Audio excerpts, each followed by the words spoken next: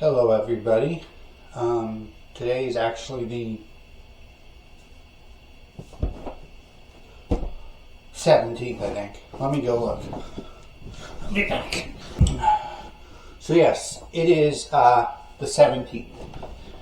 And I ended up not doing the video yesterday. And there's a very good reason. So Christina yesterday rushed to an appointment with my father, only to find out that it got canceled for whatever reason. And then she had to get another appointment today, the 17th. And I had a mini freak out because I thought I would have to take her. Luckily she was able to get a ride. But it became very clear to me yesterday that driving long distances is actually a trigger for me.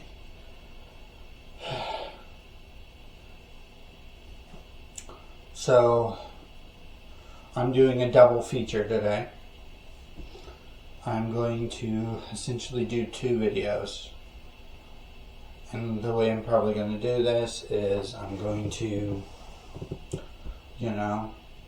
make a big video and then cut it in half.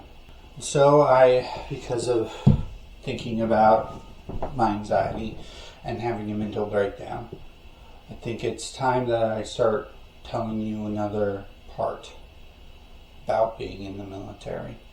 And I do not do this with happiness in my heart. I don't want to talk about this. It's hard for me to talk about this. And some of what I'm about to say I've never really talked to anyone about. Not that I can remember. I will say that this is not something that is going to be comfortable.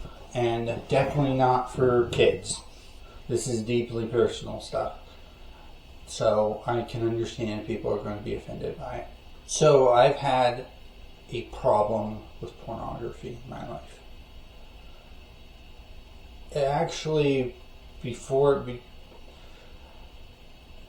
even started out as pornography, it started out as masturbation.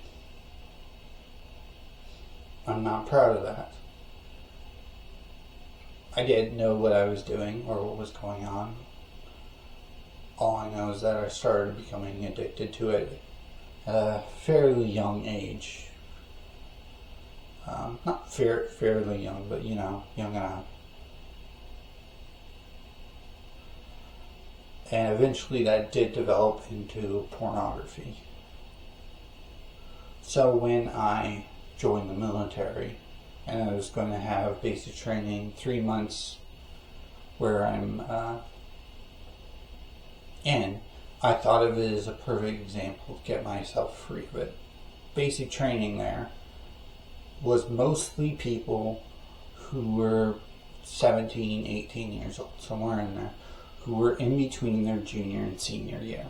So most of them were hotheads. Ego trips abound. People who were very proud of themselves. And that was part of the humiliation within our unit. There was a lot of times where the drill sergeants kind of poked at people's prides. I knew already that the drill sergeants knew who I was, and everybody knew, and the feeling of worthlessness.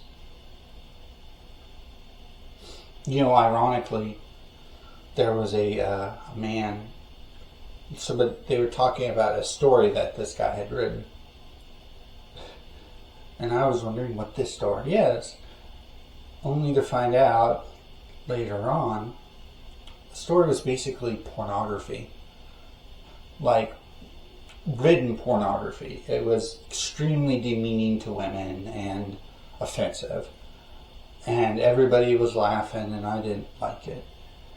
And that's actually one of the reasons I started writing my own little comedy stories. But that's not really what happened, or not the big thing I want to talk about. I started having some issues with people. And I didn't understand what was going on or why. One of the things that he did is he came like physically at me, not too aggressive, but he stuck his hands down his pants. And I was so disgusted, and I didn't understand what was going on. Eventually it came out that a bunch of people were talking, and they were talking about somebody masturbating in bed. In the group, we have this gigantic area with all of our soldiers, and we all have our beds. And apparently someone had been caught masturbating at night. I was absolutely disgusted, and I thought it was stupid, and I was like, if nothing else, go to the restroom. Just to find out apparently it had been me.